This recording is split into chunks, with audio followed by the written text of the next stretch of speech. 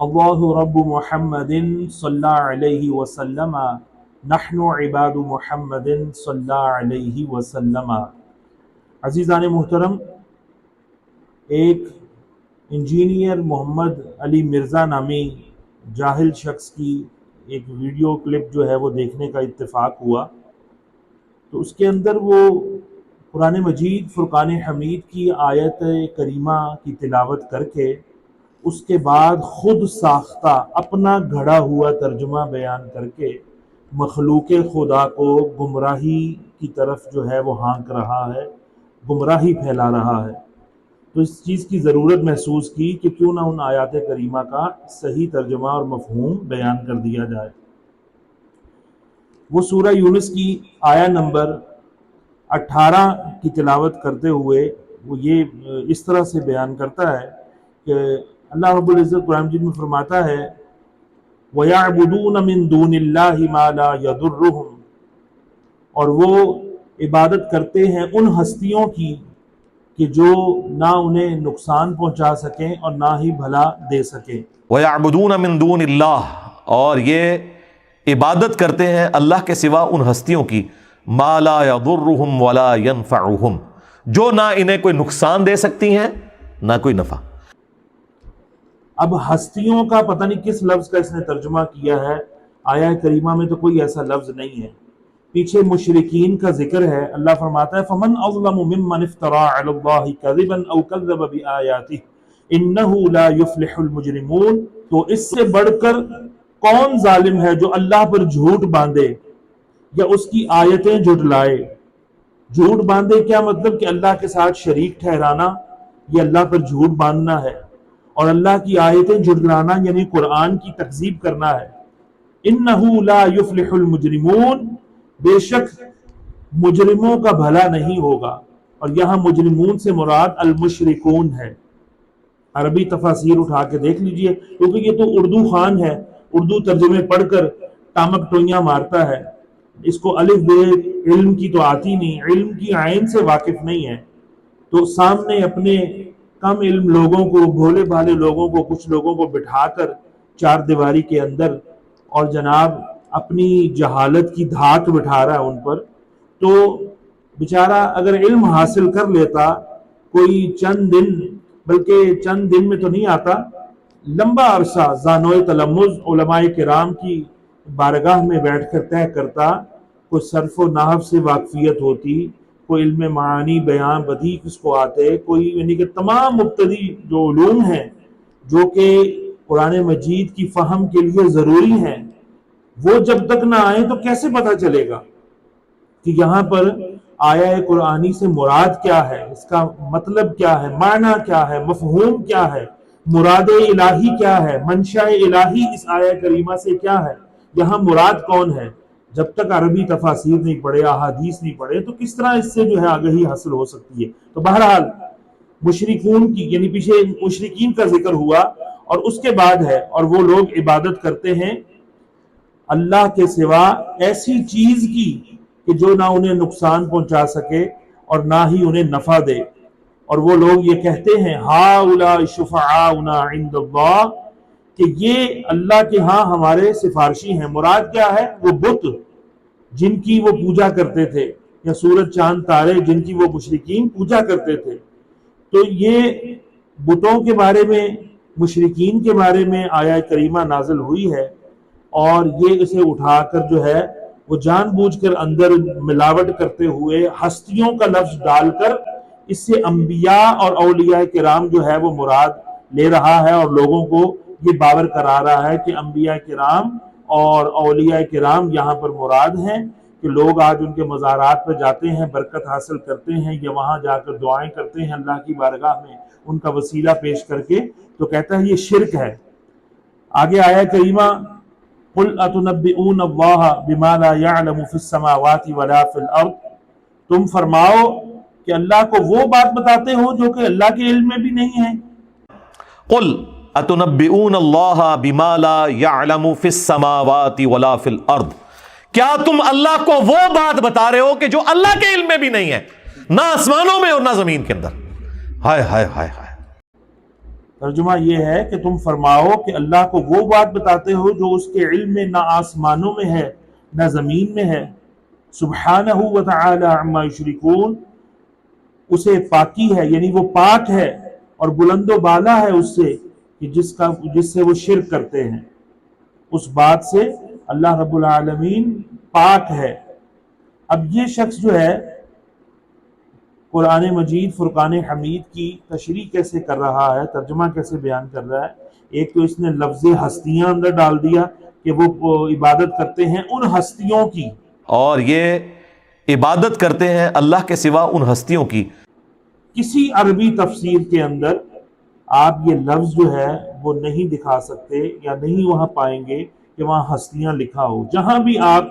دیکھیں گے کہ یہاں پر من دون اللہ سے مراد کیا ہے تو وہاں هو الاسنام، یہاں پر بتوں کا لفظ جو ہے وہ آپ کو ملے گا تفسیر میں، اس سے مراد ہے کہ وہ بتوں کی جو عبادت کرتے ہیں۔ تو یہ آگے سے اب قرآن کے معنی میں تحریف کرتے ہوئے، اس کے اندر ملاوٹ کرتے ہوئے یہ کیا کہہ رہا ہے کہ وہ مرے ہوئے شخص جو قبر میں پڑے ہوئے ہیں، جن کے بارے میں لوگ عقیدہ رکھتے ہیں کہ میری بھینسوں کا دودھ یہ خشک کر سکتا ہے اور اس کے نام کی میں نے 11ویں نہ دی تو میرے پہ کوئی مصیبت آ سکتی ہے، اس کا مطلب ہے کہ آپ اسے نفع و نقصان کا مالک مان رہے ہیں، تو آپ بھی شرک کر رہے ہیں۔ ایک مرے ہوئے شخص جو قبر میں پڑا ہوا ہے، اس کی کوئی عبادت نہیں کرتا، ٹھیک ہے، بہت اچھی بات ہے، لیکن یہ عقیدہ رکھتا ہے کہ یہ میری بھینسوں کا دودھ خشک کر سکتا ہے، اس کے نام کی میں نے 11ویں نہ دی تو میرے اوپر کوئی مصیبت آ سکتی ہے، تو اس کا کیا مطلب ہے کہ آپ اسے نفع و نقصان کا مالک مانتے ہیں، تو آپ بھی شرک ہی کر رہے ہیں۔ اب بتائیے کہ یہ کن الفاظ کا یہ ترجمہ کر رہا ہے؟ یہ جو مفہوم کو ٹھونس رہا ہے قرآن مجید کے آیات کا معنی بیان کرتے ہوئے، یہ شیطانیت نہیں تو اور کیا ہے؟ یہ کون یہاں پر مراد ہے؟ کس نے یہاں پر کہا ہے کہ مرا ہوا شخص قبر میں جو پڑا ہے اس کے بارے میں معاذ اللہ یہ الفاظ میں پہلے غور کر لیجئے۔ کوئی تہذیب یافتہ انسان، کوئی مہذب انسان، کوئی حلالی انسان، کوئی ایسا شخص کہ جس کے ماں باپ نے اس کو صحیح تربیت دی ہو، اسے ادب سکھایا ہو، کوئی ایسا شخص جو کسی ایسے شخص کا استاد ہو جس نے اس کو ادب سکھایا ہو، تو وہ یہ الفاظ سکھائے گا کبھی؟ کوئی شخص اپنے فوت شدہ باپ کو قبر میں جو ہے وہ جو آرام کر رہا ہے یا جس کو قبر کے سپرد کیا ہے، اس کے بارے میں یہ کہے گا کہ میرا باپ مرا ہوا قبر میں لیٹا ہوا ہے، میری ماں مری ہوئی قبر میں لیٹی ہوئی ہے؟ ایسے کوئی کہے گا؟ میرا استاد مرا ہوا قبر میں لیٹا ہوا ہے، میرا پیر مرا ہوا قبر میں لیٹا ہوا ہے، میرا دادا میرا ماما تایا قبر میں مرے ہوئے ہیں، لیٹے ہوئے، یہ الفاظ بولے گا؟ یہ وہی شخص بول سکتا ہے جو مادر پدر آزاد شتر بے بہار بدتمیز احمق اور پرلے درجے کا گستاخ انسان ہو، اور وہ اپنی گستاخی سے امت مسلمہ کے بھولے بھالے بچوں کو، بھولے بھالے جوانوں کو گستاخ بنانا چاہتا ہے، بے ادب بنانا چاہتا ہے، وہ ان کو بدتمیز بنانا چاہتا ہے، وہ ان کو اولیاء اور انبیاء کا گستاخ بنانا چاہتا ہے، اور یہ قیامت کی وہ نشانی بننا چاہتا ہے جس کے بارے میں رسول اللہ علیہ السلام نے ارشاد فرمایا کہ قیامت کے قریب ایسا زمانہ آئے گا کہ لوگ اپنے عدلوں کو برا بھلا کہیں گے، لعن طعن کریں گے، اور یہ شخص وہی جو ہے طریقہ اپنا رہا ہے، قیامت کی نشانی بن رہا ہے۔ اچھا، یہ بات کوئی جاہل انسان بھی، ان پڑھ انسان بھی یہ نہیں اعتقاد رکھتا۔ آج تک میں نے تو اتنے عرصے میں کبھی نہیں کسی سے سنا، اڑتی اڑائی یعنی کہ اڑتی ہوئی خبر بھی کسی سے نہیں سنی کہ کوئی شخص یہ کہتا ہو کہ میں یہ نیاز نہ دوں گا تو جناب میری بھینس کا دودھ بند ہو جائے گا، اور جناب میں یہ 11ویں نہ دوں گا تو مجھے نقصان پہنچ جائے گا، مصیبت آ جائے گی، معاذ اللہ ثم معاذ اللہ۔ عزیزان محترم، 11ویں شریف کیا ہے؟ یہ ایصال ثواب ہے۔ آپ کے بچوں کی سالگرہیں آپ لوگ مناتے ہیں، آپ لوگ جو ہے گیدرنگ کرتے ہیں، کھانے پینے کے لیے امراء کو بلاتے ہیں، غرباء فقراء کو کھانا کھلاتے ہیں، تو کیا اس پر کسی کو موت پڑنی چاہیے؟ ہرگز نہیں۔ جب کوئی غیر شرعی کام اس میں نہیں ہو رہا تو اس میں موت کیوں پڑ رہی ہے؟ تو اسی طرح ایصال ثواب کیا ہے؟ قرآن مجید پڑھا جاتا ہے، محافل منعقد ہوتی ہیں، ذکر الہی ہوتا ہے، نعت خوانی ہوتی ہے، توبہ استغفار ہوتی ہے، درود و سلام پڑھا جاتا ہے، کھانا پکا کر فقراء کو تقسیم کیا جاتا ہے، اللہ کریم سے دعائیں مانگی جاتی ہیں، اور پھر کہا جاتا ہے کہ یا اللہ یہ جو تو نے ہمیں ان اعمال حسنہ پر ثواب عطا کیا ہے مولا کریم، یہ سارا تحفہ جو ہے ہم اپنے بزرگان دین کی روحوں کو ایصال کرتے ہیں، مولا قبول و منظور فرما لے اور ان کے درجات بلند فرما، اور ہمارے فوت شدگان کو بھی یہ ہدیہ پہنچا دے اور ان کی مغفرت فرما، ان کے درجے بلند فرما، ان کو ان کی قبروں میں راحت اور سکون جو ہے وہ عطا فرما۔ اس کے علاوہ اور اس کا کوئی مقصد نہیں ہے۔ اور جو شخص استعداد نہیں رکھتا، مالی حیثیت نہیں رکھتا، تو وہ شخص جو ہے وہ نہ بھی دلائے، کوئی حرج نہیں ہے۔ یہ ایصال ثواب تو مستحب ہے، اچھا عمل ہے، کوئی کرے گا تو ثواب پائے گا، نہیں کرے گا تو گناہ گار نہیں ہوگا۔ لیکن یہ الزام لگانا، بہتان باندھنا، جان بوجھ کر عوام اہل سنت کو پریشان کرنے کی کوشش کرنا، کیونکہ عوام جو ہے آپ کو پتا اتنا علم نہیں رکھتے، اتنے دلائل کا انہیں علم نہیں ہوتا، تو ان کو جو ہے پھانس لینا، اپنے دام تزویر میں اس کو جو ہے نشانہ بنا لینا، اور اس طرح سے جو ہے بہکی ہوئی باتیں کہہ کر ان کو بہکانے کی کوشش کرنا، یہ کتنا بڑا امت میں افتراق اور انتشار پھیلانے کے یہ مترادف ہے۔ پھر آگے قرآن مجید جو ہے وہ بیان کرتے ہوئے یا کہہ رہا ہے وَيَقُولُونَ هَؤُلَاءِ شُفَعَاؤُنَا عِندَ اللَّهِ، اور وہ لوگ یہ کہتے ہیں کہ یہ ہمارے سفارشی ہیں اللہ کے ہاں۔ کہتا سیم وہی مینٹیلٹی کہ کفار بھی کیا کہتے تھے کہ یہ جو بت ہے نا، ہم ان کی پتہ کیوں پوجا کر رہے ہیں کہ یہ ہمیں اللہ سے بخشوا دیں گے، یہ ہمارے سفارشی ہیں۔ سیم دیکھو مینٹیلٹی، یعنی مشرکین اور مومنین کو جو ہے وہ پیرالل بتا رہا ہے، مساوی بتا رہا ہے۔ وَيَقُولُونَ، اور یہ کہتے ہیں هَؤُلَاءِ شُفَعَاؤُنَا عِندَ اللَّهِ، وہ کہتے ہیں نہیں ہم ان کو تو پکار ہی نہیں رہے، یہ اللہ کے حضور ہمارے سفارشی ہیں۔ سیم وہی مینٹیلٹی، ایسی داتا صاحب کو تو نہیں مانگتے، اے اللہ کے حضور ساڑھے سفارشی نے، ہم سلطان الہند سے تو نہیں مانگتے، یہ ہم اللہ کے حضور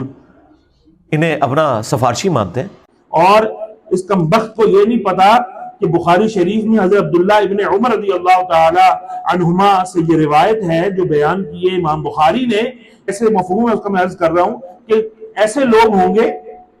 کہ جو مخلوق میں شریر ترین لوگ ہوں گے، ان کی علامت کیا ہے کہ وہ بتوں کے بارے میں جو آیات نازل ہوئی ہیں وہ مومنوں پر فٹ کریں گے، مومنوں پر چشمہ کریں گے، اور یہ وہی نشانی بن رہا ہے، اور اس طرح سے جو ہے وہ امت مسلمہ کو گمراہ کرنے کی کوشش کر رہا ہے۔ اب دیکھیے یہ کون سا انداز تبلیغ ہے، یہ کون سا انداز دعوت دین ہے کہ اتنی بے ادبی کے لہجے کے اندر اتنا بغض بھرا ہوا ہے اولیاء کا سینے میں۔ ارے اولیاء نہ ہوتے تو آج تم جو ہے کسی بت کی پوجا کر رہے ہوتے، کسی جو مندر میں بیٹھ کر اس کا جو ہے وہ یورن پی رہے ہوتے۔ یہ تو اولیاء کا احسان ہے امت پر کہ برصغیر پاک و ہند کے اندر جو ہے وہ لوگ جو اللہ کی توحید کا جنہوں نے جان پیا ہے اور جنہوں نے دامن رسالت سے وابستگی اختیار کی ہے، یہ اولیاء کے صدقے ہی کی ہے۔ آج تم بابے بابے کہہ کے ان کی بدتمیز انسان بن کر ان کی جو ہے توہین کر رہے ہو، ان کی جو ہے گستاخیاں کر رہے ہو، ان کے احسان فراموش بن رہے ہو۔ تم اسی طرح ہی مندروں کے اندر رہتے تو تمہارا جو ہے وہ انجام صحیح ہونا تھا۔ اللہ کریم نے تمہیں جو ہے وہ اگر ہدایت کا جو ہے ارادہ فرمایا اللہ رب العالمین نے، لیکن تم ہدایت سے پھسل گئے، تم بہک گئے، تمہیں یہ ہدایت پسند نہیں تو چھوڑ دو یہ دین اسلام۔ تم گالیاں دینے پہ چل پڑے ہو، لگ پڑے ہو، تم اولیاء کو جو ہے پھپتیاں کس رہے ہو، تم ان کا مذاق اڑا رہے ہو، انہیں بتوں کے مماثل قرار دے رہے ہو۔ کیا تمہیں مرنا نہیں ہے؟ تمہیں خوف خدا نہیں ہے؟ تم عذاب قبر نہیں بھگتو گے؟ پھر تم قیامت میں کیا منہ دکھاؤ گے رسول اللہ علیہ السلام کو کہ رسول اللہ علیہ السلام کے یہ عاشق جنہوں نے